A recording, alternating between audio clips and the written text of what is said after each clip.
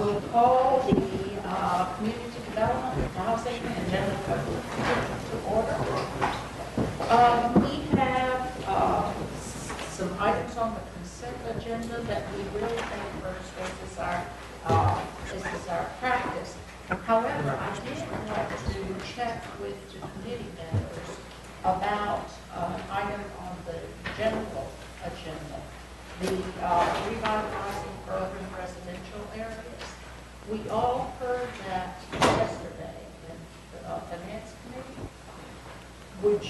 Do you have any more questions, or shall we go ahead and just pass it along to the full council? I'm okay passing it along. Okay. Is that good?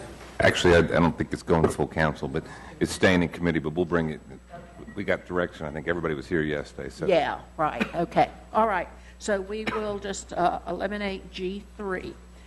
Now we move to the consent agenda. There also we have a number of items that have been removed or delayed.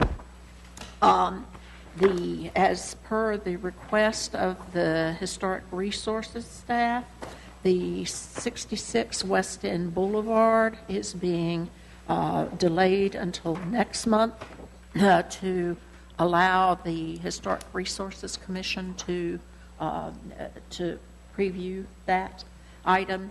The Ferndale Avenue item is being held over until March because of a medical problem that the owner has this month. And the Ansonia Street property has complied with the things that needed to be done to take it off the demolition list. So that leaves 4936 Davis Road, 1602 East 1st Street, and 611 Kynard Drive. I know that Attorney Brown is here for that item. And is there anyone here to speak to the East 1st Street or Davis Road? Okay. Do I have, we can go ahead and hear those items first, Mr. Bailiff, or we can go ahead and take staff's recommendation.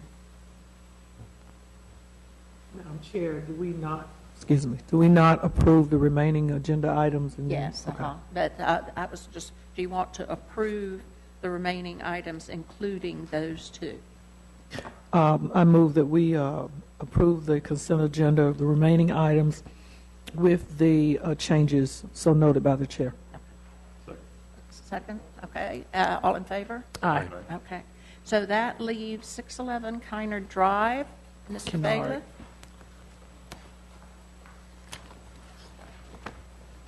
Which one is that? C4.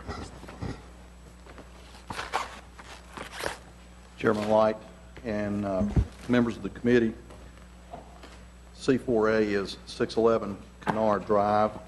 This is identified as our case number 2013-010638 as being owned by Michael R. Douglas. This property exceeds 65%. The estimated cost of repair exceeds 65% of the structure's value and meets the requirements for the demolition ordinance to be approved. Staff recommends that an ordinance be approved to remove or demolish the structure.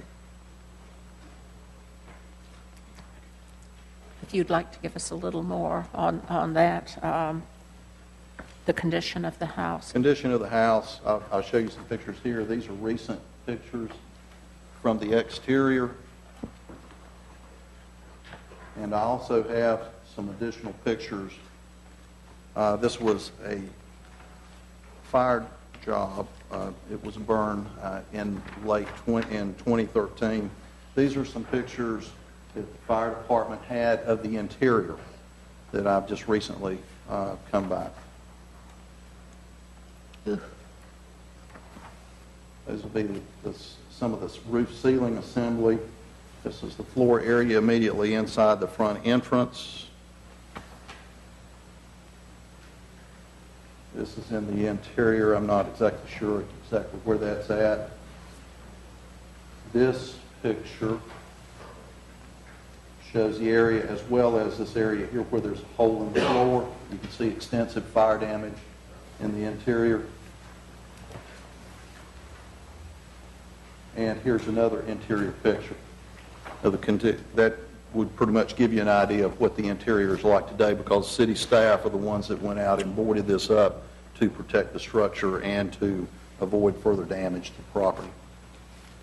Although there is still a hole in the roof, probably from the fire department ventilating, that in which the elements can reach the interior. And this happened in over a year ago. Late May or early June of 2013. Okay. So actually the first inspection was done before the fire was... Yes, we had an existing case prior to that that we were going through attempting to get service on. Mr. Douglas works out of state a lot of the time, and so we had some issues with service at one time, and we finally went to publication to obtain service after the fire damage. Are there any questions of Mr. Bailiff? Madam Chair, Yes. I have a question, I guess Mr. Bailiff or the attorney could answer. I don't know whether my peers remember that we've seen this before. And I remember there was some, I guess, legal/judiciary concerns with the lawyer and the homeowner's policy. The homeowner's policy. I would ask you or the city attorney, have we received anything from the legal standpoint that would prohibit us from taking action on this property? I would defer that to Mr. Al Andrews. He's had an opportunity. He's received the copy of the homeowner's policy and could address that. Chairman Light, Councilman Adams, members, good afternoon. Good afternoon. We were able yesterday to receive a copy of the USAA homeowners policy for this particular property. It was in effect from March of last year to March of this year. It's a standard homeowners policy like many people have, with the full complement of coverages and whatnot. Now, the policy itself has no impact on your action as a governing body.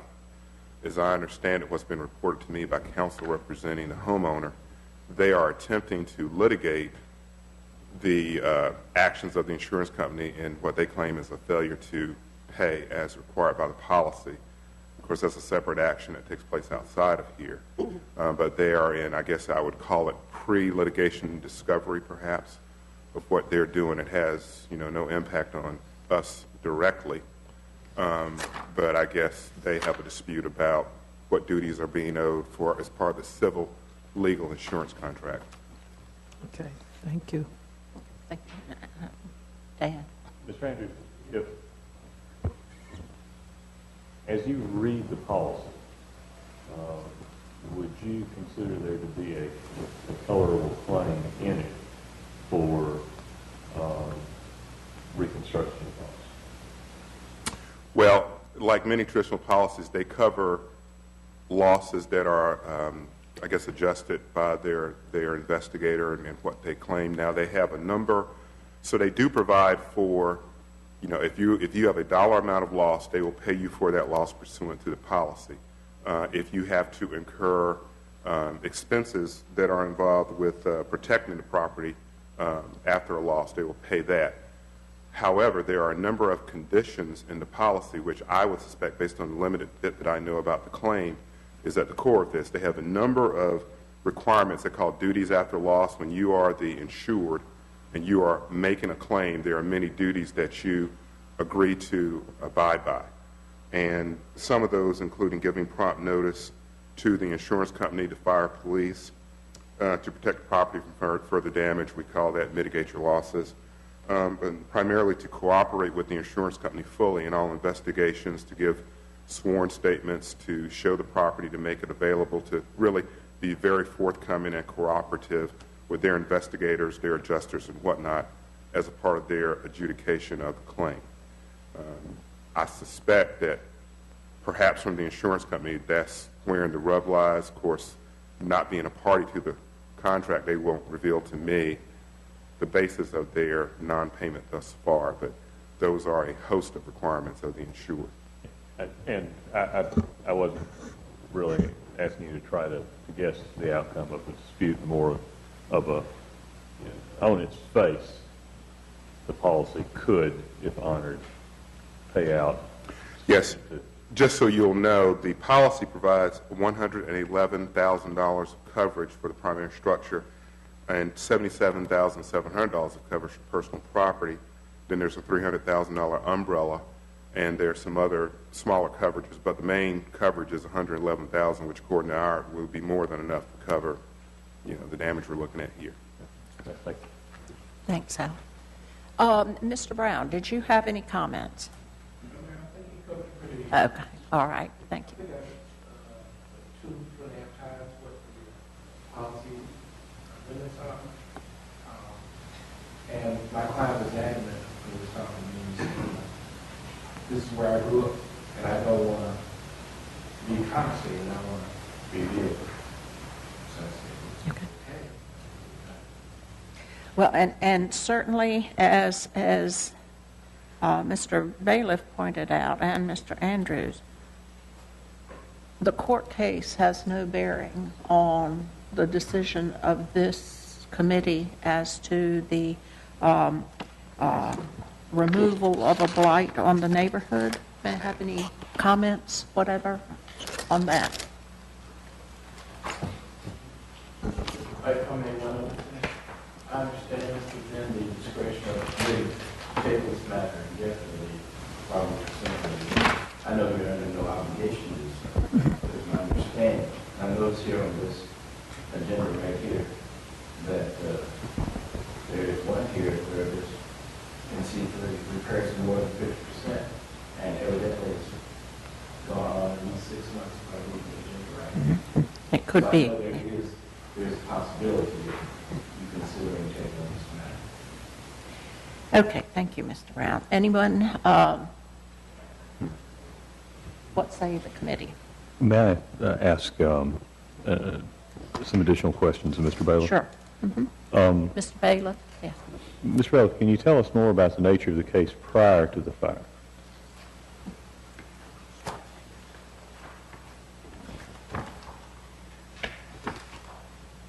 Prior to the fire, we had a case that included violations for paint where the exterior, there were deterioratable structures that were not protected from deterioration. There was notation for defective siding that was to either be repaired or replaced, reglazing of the windows, repair or replace screens on the windows, and those were the items that were prior to the fire occurring. Violations that had been observed. Were any of those unfits? Yes, sir. The screens on the windows were deemed to be an unfit. Screen. Do we have available a fire report? I do not have a copy of the report as part of my package. I'll be glad to get you one if you'd like. I would be interested in seeing it. I mean, clearly there's some issues involved in litigation. I don't know what those are. But I don't know if Mr. Brown is in a position to advise the committee of what issues are involved in litigation. I'm sure there's client confidentiality involved. The reason I'm asking these questions is if there's a strong prospect for complete repair in the near future, that affects my personal thinking on what my recommendation would be to the committee. If it's like a situation that's likely to go on indefinitely, then I flip over to being more, in the balance of things, more concerned with the indefinite adverse impact on the neighborhood. Do you have a motion as to what sort of time you? I would not be averse to holding in committee for one additional month while we get some additional information on what the fire report says. And If I may, Councilmember Light and Bessie, the one concern might be that the arson report is of the nature of a criminal case. So typically in those matters, it doesn't necessarily become public record until it's resolved in some way. It's a criminal case. So we certainly can endeavor to get information and have recommendations, but the report itself does have certain status as not being a public record at this stage. So we have some limitations in that regard. I just wanted to make you aware of that. Jeff, no, are you finished for the moment? for the moment, yes. Okay. Have we had any feedback from the neighbors? I lived around the corner from a house that was burned and was allowed to exist for a couple of years, and the impact is real on neighbors. I don't know if have we had calls or complaints from? Staff has experienced inquiries over a period of time as to when there would be disposition of the property, and those have also come through Councilmember Montgomery's office as well. Do we know if Councilmember Montgomery has a recommendation for the committee on this case? I've certainly not heard anything. I would be interested in hearing Councilmember Montgomery's recommendations. Okay, all right. Yeah. And I've got just a question for Mr. Bailiff. The numbers here for the estimated cost of repair and a fair market value, how do we arrive at those? I mean, looking at these pictures, and I've done a bunch of restoration work, but that looks like more than $26,000 worth of repair to me. We have an estimating program that we utilize. It's primarily an Excel spreadsheet that we fill in the numbers on. The estimate may well have been completed based upon the boarding, and now I have additional pictures, so that cost could well go up based upon what we have here. And the market value that's quoted here at $8,000 is in the as-is condition, I would assume? Yes. Mm-hmm. Pleasure of, yeah, I'm sorry. That's okay. Thank you, Madam Chair. My concern is with this, is that I can understand the emotional tie to the property. But in the scheme of things, if we, and you got to remember, we see lots of different housing issues coming through this community that we have to deal with. And we have to be, I don't want to say we're not compassionate, but we have to be fair and just. I cannot see us continuing to table this issue unless, that's why I asked, was there a legal or court justification issued to the city of Winston-Salem that we have to hold or table until further notice from them? If not, then, Madam Chair, I know my council member may have a motion that he wants to put on the floor, so at this time I won't, but I won't support anything else beyond what is the action being suggested from staff. The only thing I would entertain is a short-term additional delay for, again, the recommendation from Councilmember Montgomery and the what information we can have made available to us regarding the fire report, and any further enlightenment that Mr. Brown may have to put forward to us regarding the issues involved in litigation for our consideration. And I would be personally prepared to wait an additional month for that information. I would not be willing to recommend an indefinite postponement. May I have a motion? I'll move to continue it one further month. Let's get the motion out there. Live or die. Is there a second to the motion? Second. All those in favor? Aye. No. No. Okay, 2 and 2. Okay. With this will go to full council, I presume, or what? What happens in the case of a tie? Was it held for another month, or? I think you asked for another motion.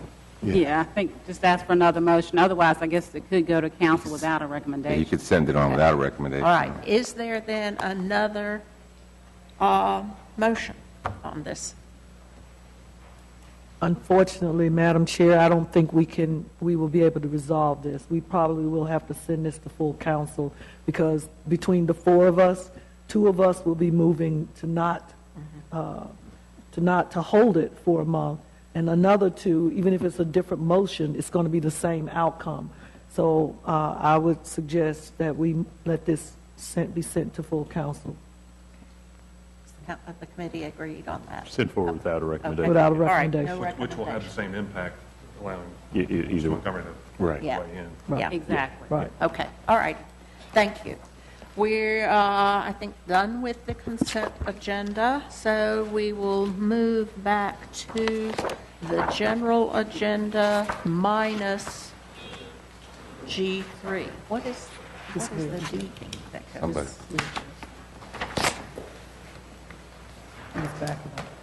Oh. Okay. G1, please. Resolution regarding the eligibility of the following properties for the National Register of Historic Places. Hoots Milling Company, Roller Miller, located at 1151 Canal Street in the Northwest Ward, and North Cherry Street Historic District boundary decrease and additional documentation, located in the North Ward.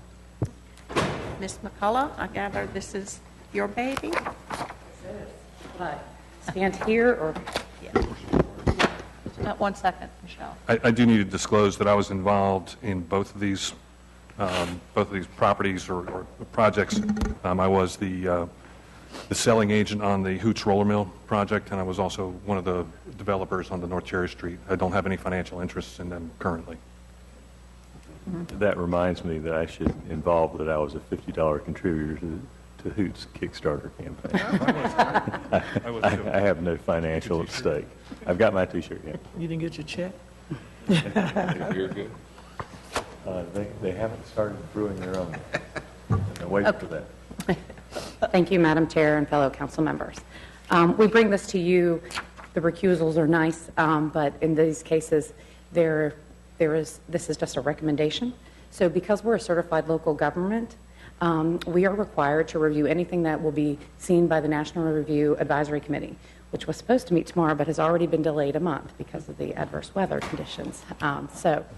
And the timing of our meetings and their meetings always leave us with this very tight schedule, so I would have had to fax something over with your decision to send it and what you would say. But I'm basically here if you have any questions. We're very excited about the Hoots Roller Mill project. This was a National Register nomination that was submitted by the owners. It is in an area that is near Haynes Park, Northwest Boulevard, outside of West End, the West End historic neighborhood. And again, a very 1935 to 1937 roller mill, and it's one of our only left 20th century roller mills, and that was for flour. And it's very fascinating on the nominations. If you're interested in more information, I can give you lots more information. The other one is the one I wanted to go into a little more detail about because it is sort of something unusual. We don't normally do a boundary decrease. This is not an occasion you usually see me up here talking about removing things from historic districts. But as all of you, I'm sure you're familiar with a lot of the work that we have done in the North Cherry Street district with redevelopment since around 2004 in the projects that were tied with Habitat for Humanity, and again, as Councilmember McIntosh said, with some private investors. Part of that redevelopment plan, we created a pragmatic agreement with the State Historic Preservation Office because it was determined that North Cherry Street was a historic district. It was listed on the National Register. In any projects that have any federal funding tied to them, we need to make sure there is no adverse effects taken with that federal funds. The money that was loaned to Habitat from even the city is HUD funds, So there's your federal tie right there. So that is why we created a pragmatic agreement.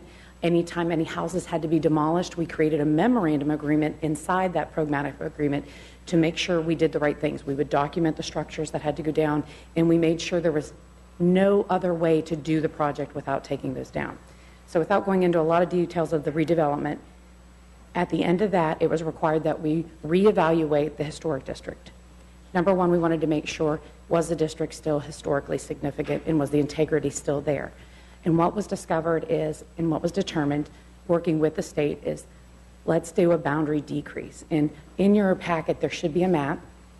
I have a bigger one, but if you open it, the areas that will be removed are 4 vacant lots, and then on the southwest corner, basically where the Habitat houses, the bulk of the Habitat houses were built, is suggested to be removed. That is because of the loss of historic integrity. Again, a new structure, obviously, you can understand that, and a vacant structure because there's nothing on that site.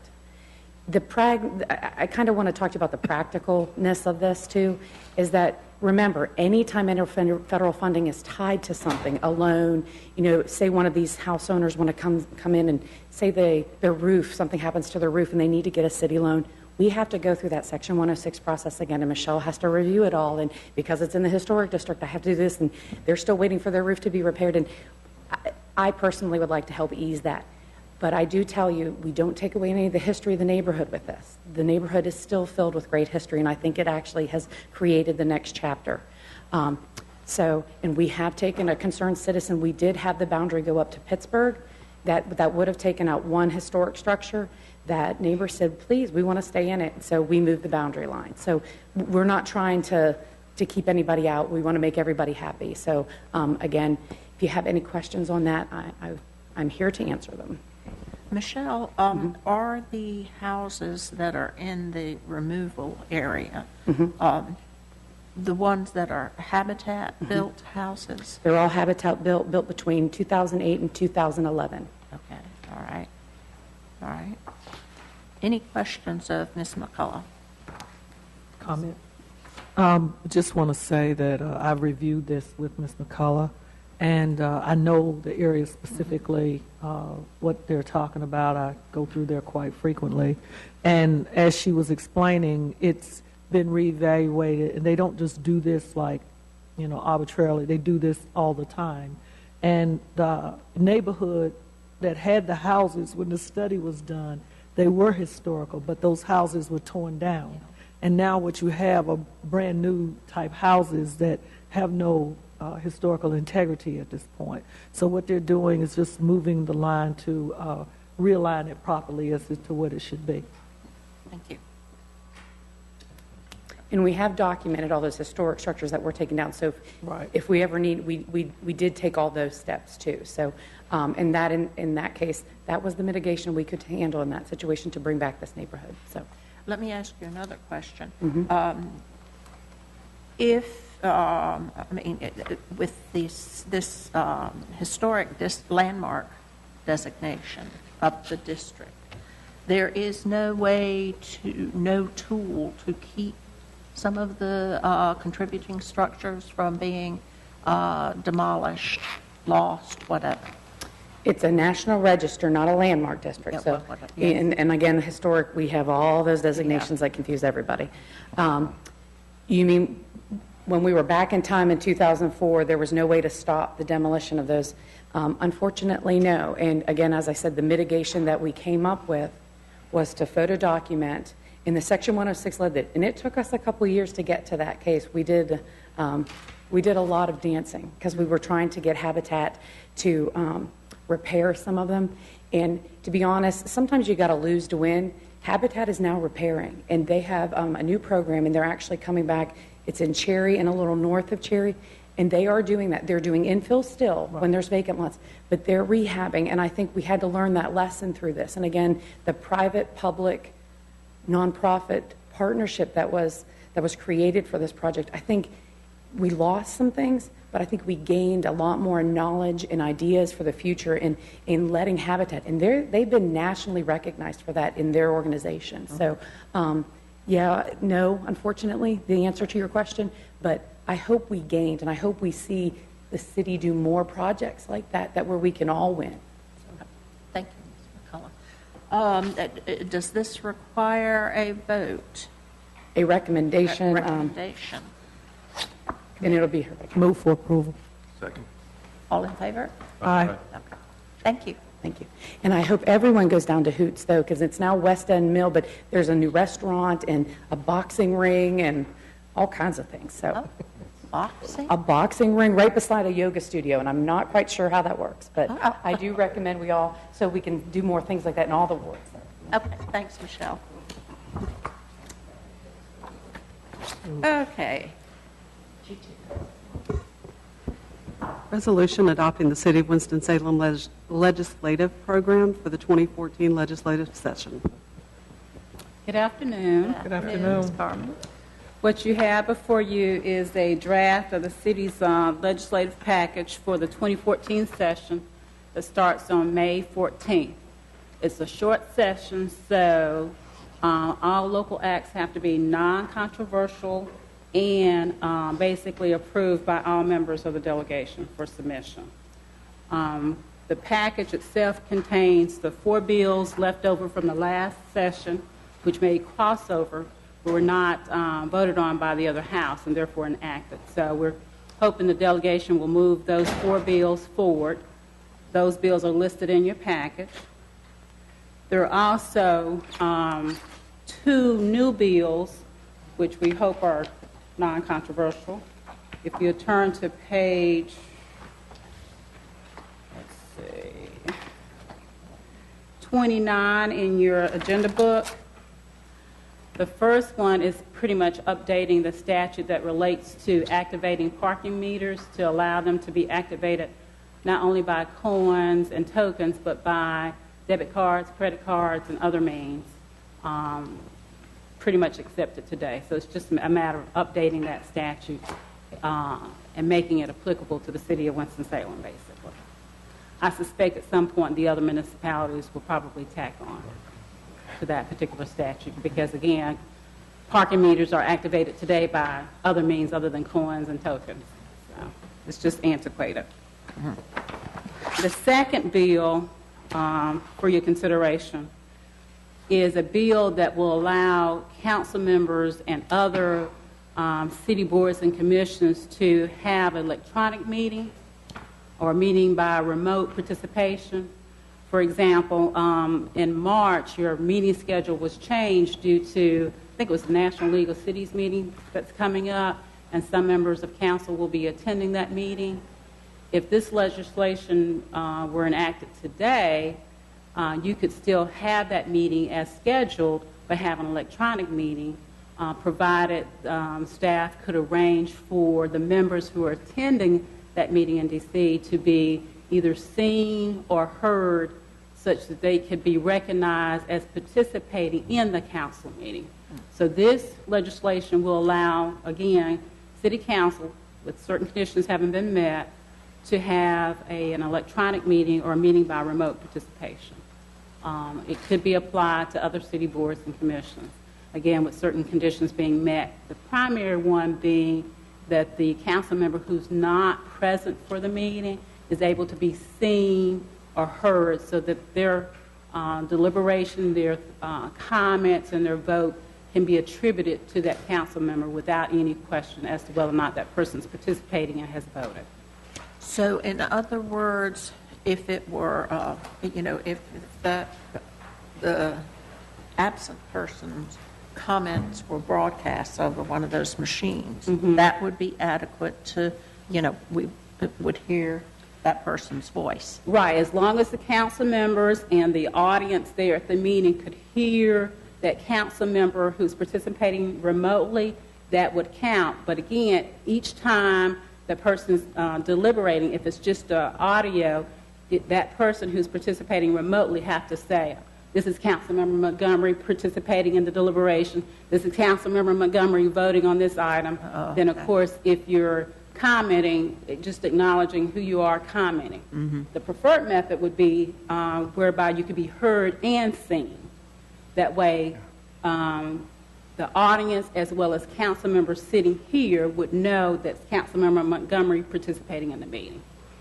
Does that make sense? I was just going to add, we're right now testing out some different software applications, and I think the preference, and Mr. Rao and Mr. Newman are working on that, but the preference would be basically the technology that would allow you to Skype in. So every council would see Councilor Montgomery, if he was the one away or whoever, would see his face, he'd see them, and the public would also see that council Okay, member. you're going to have to tell me what you're talking about. Basically, Skype, it's two-way video, so that you set your iPad up with the camera. You can do it on your iPhone, actually. Well, And- is that the same thing as FaceTime? Same technology, Same. similar technology, and so that person who remotes into the meeting, it's visible to everybody else. You're there, you're engaged in the meeting. It also makes the decorum better for the meeting, as opposed to you're just calling in and you're at the movie theater or wherever, So, but we're looking at that technology right now. Okay, thank you. Jeff, you had something? My question was going to be about that. Oh, Yeah. okay. FaceTime or Skype. Okay, all right.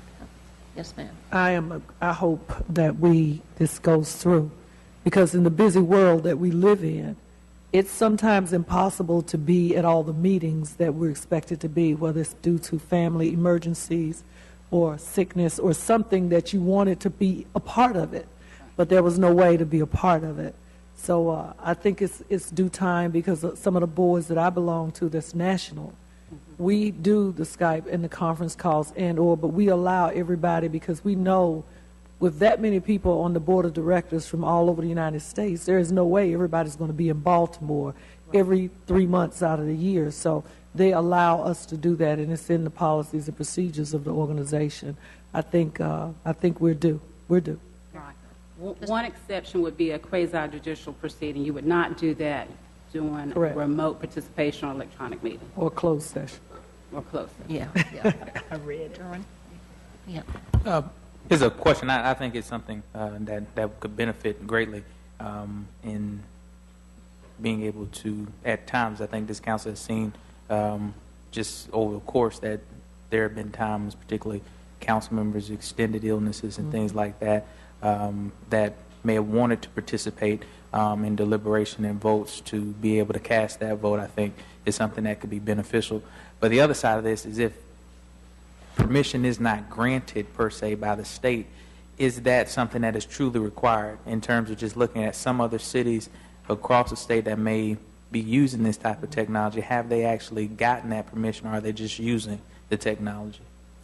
Hyde County is one of the counties across the state that does have permission. If you don't have permission from the General Assembly, there is a question as to whether or not you can actually take votes on items, and whether or not challenge that will withstand legal challenge. And you all know how I am. I do prefer to make sure we have full authority before engaging in something. So if you'd like to be able to vote comfortably on an item and without any concern as to whether or not you have the authority, I think going to the General Assembly is the preferred method. But again, if you don't get that authority, we can have a scaled-back model of this where you do not vote on certain items during that remote participation process. But this would give you full-blown authority to do what you basically would like to do. So basically, those cities that may be using it now without authority could have a challenge, is what you're saying? There's that possibility, or it may be that some of them are not necessarily using that authority as full-blown as what's being proposed here. In other words, they're not maybe using it to vote on controversial items and things of that nature. Okay. Several of them, like Greensboro, we've looked at it, in Wake County, have dialed it back based on advice from the school government, and so it's just for participation or to vote on non-controversial items. And the reality is, a lot of times you need it's the controversial item where you want everybody to participate. Right. Right. Okay. Thank you. Are there any other questions? Yeah. I had just a question about a couple of the items in the package. Page 27, it's the Greenway bill. I know one of the things that was under discussion in the long session was a representation that DOT was going to get to these standards. Have they done that yet? Have they acted? Not to my knowledge, and I know Senator Parman was also promised, if that's the correct word, that this bill would come back in the form of another bill, because this bill was basically hijacked and used for dealer's license plate bill. So it needs another avenue to move forward, but not to my knowledge. I don't think that's been done. So it's still then appropriate to act on this, perhaps even more so since DOT has not followed through what they said they were going to do. Exactly. We may have to change, I think, some of the dates in here, but we'll handle that. But to my knowledge, they've not followed through. Right, thanks. I have one other question on another item. It's in the resolution, as usual, includes sort of a blanket authorization to for staff to assist in working on agenda items of the NC League of Municipalities and the Metropolitan Mayors Coalition, which I approve. However, there's the caveat language, so long as they don't disagree with our policy. I wanted to call attention to something I think I find of great concern in what's going on now in administrative work in Raleigh. The last page in our packet, 44, the League's priority items, reform regulatory provisions. The second to last item in the whole packet, seek legislation that would implement mechanisms requiring state agencies to repeal unnecessary, unduly burdensome, or inconsistent rules. Actually, the legislation passed. It was called, regulatory reform. I don't dignify it with that title because I think it was to overboard what ocean is to wet. And what's happening now is that the League and all interested parties are monitoring the regulatory review process. I think we should do that. I think that's in our interest.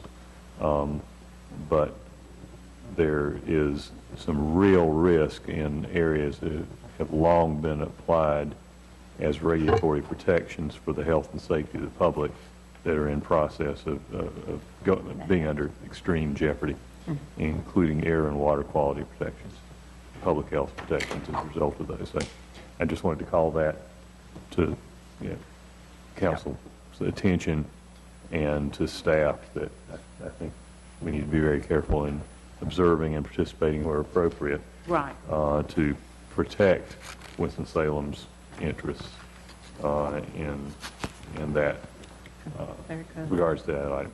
Thank you, Dan. Okay.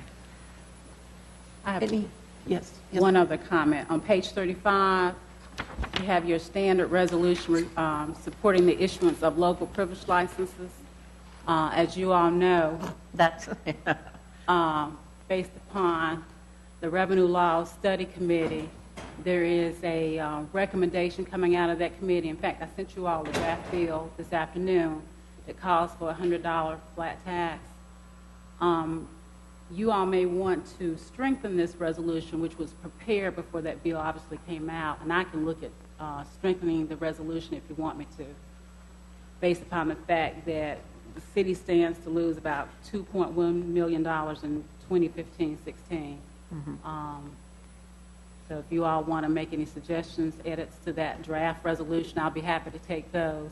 This package is just for discussion today, but I do want to point that out because I do think that's changed since this resolution was previously drafted. I might need to add some more stringent language to it. certainly, I think it would be in the interest of our city and all cities if the objection to this sort of thing were made. Yes, ma'am. Thank you.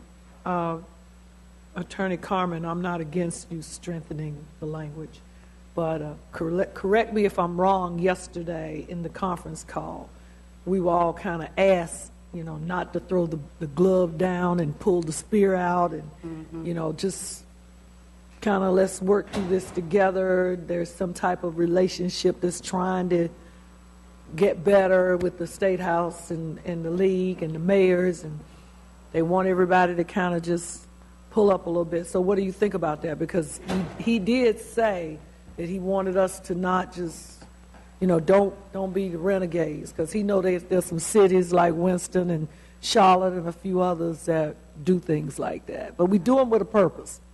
True.